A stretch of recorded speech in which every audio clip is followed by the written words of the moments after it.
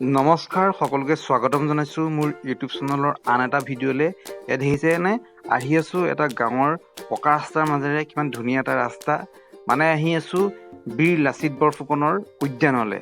অলপ দিনৰ আগতে দেশৰ প্ৰধানমন্ত্ৰী মহোদয় আহি সেই জাতীয় বীৰজনাৰ প্ৰতিমূৰ্তি উন্মোচন কৰি থৈ গৈছে।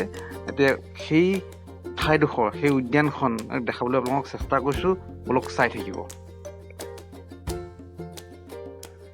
দেখিছেনে, এয়া 125 ফুট উচ্চতাৰে জাতীয় বীৰজনাৰ নিৰ্মাণ কৰা হৈছে। মানে এটা ধুনীয়া প্ৰতিমূৰ্তি, খুব সুন্দৰকৈ এটা কোম্পানীয়ে নিৰ্মাণ কৰিছে। গতিকে চাবলগীয়া এটা পৰিৱেশ, গতিকে আপোনালোকে চাই থাকক। বিশেষকৈ এতিয়া 30% মানুহে কাম শেষ হৈছে বুলি কৈছে আমাক কোম্পানী মানুহে। আমি সুধিছিলোঁ, গতিকে আৰু 70% কাম আছেই বাকী। গতিকে সম্পূৰ্ণ যেতিয়া হ'ব আৰু আটক-ধুনীয়া হ'ব। গতিকে চাবলৈ খুব ধুনীয়া হ'ব, ভাল লাগিব। আমাৰ এই বীৰজনাক কিমান সুন্দৰভাৱে নিৰ্মাণ কৰিছে, এখন উদ্যানৰ মাজত, এটা প্ৰকল্পৰ মাজত কি ধুনীয়াকৈ প্ৰস্তুত কৰিছে। সঁচাই শলাগ ল'বলগীয়া।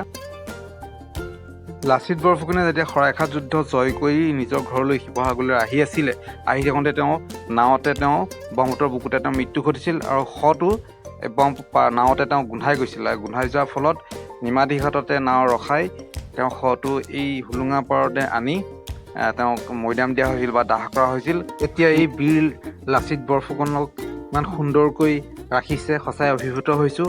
ইয়াৰ যিটো প্ৰকল্পৰ আৰ্হি মই দেখাম আপোনালোকক।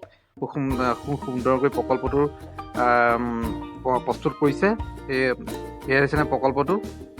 যদি আপোনালোকে ভিডিঅ'টো ভাল পায়, লাইক এটা কৰিব, কমেণ্ট কৰিব, আৰু নতুনকৈ অহাসকলে চেনেলটো ছাবস্ক্ৰাইব কৰিব বুলি আশা ৰাখিছোঁ।